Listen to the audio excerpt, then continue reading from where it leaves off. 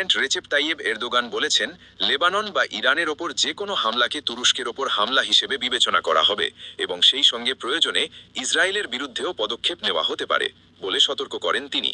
মধ্যপ্রাচ্যের পরিস্থিতি ও চলমান উত্তেজনা নিয়ে কথা বলতে গিয়ে এরদোগান বলেন, মধ্যপ্রাচ্যে যুদ্ধের মতো পরিস্থিতি ক্রমশই ভয়াবহ হয়ে উঠছে, যা খুবই উদ্বেগজনক।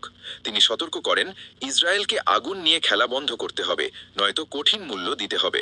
পাশাপাশি তিনি শান্তির পথে বাধা না দেওয়ার আহ্বান জানান। তিনি আবারও জোর দিয়ে বলেন, লেবানন বা ইরানে কোনো হামলা হলে সেটাকে তুরস্কের উপর হামলা হিসেবে দেখা হবে। এরদোগান বলেন, আঞ্চলিক শান্তি নষ্ট করার জন্য ইসরায়েলকে এর মূল্য দিতে হবে। আলোচনা ব্যর্থ হলে ইসরায়েলের বিরুদ্ধে পদক্ষেপ নেওয়া বাধ্যতামূলক হয়ে উঠবে।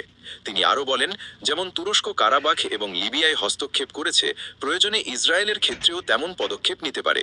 তিনি উল্লেখ করেন, পাকিস্তান যদি মধ্যস্থতায় যুক্ত না থাকত, তাহলে এমন পদক্ষেপ ইতোমধ্যেই নেওয়া হতো। এরদোগান অভিযোগ করেন, ইসরায়েলের প্রধানমন্ত্রী বেঞ্জামিন নেতানিয়াহুর রক্ত এবং ঘৃণায় অন্ধ হয়ে গেছেন এবং তার বিরুদ্ধে যুদ্ধাপরাধীর মামলা করা হবে। তিনি আরও বলেন, যুদ্ধবিরতির সময়ও ইসরায়েল লেবাননের শত শত নিরস্ত্র এবং নিরীহ মানুষের প্রাণ কেড়ে নিয়েছে।